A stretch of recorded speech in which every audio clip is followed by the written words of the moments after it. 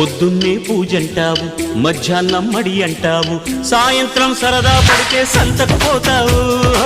సోకంతా చిదిమేస్తావు, నడుమంతా తడిమేస్తావు, గడి అయినా వెయ్యక ముందే గడబిడ చేస్తావు.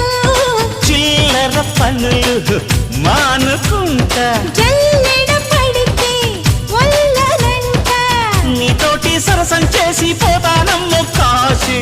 నీలోని చొరవే చూసి అయ్యనయ్యో దాసి, పట్టాగా నిన్నే ఎరవేసి నచ్చావే పాల పిట్ట, రెచ్చావే కోడి పెట్ట.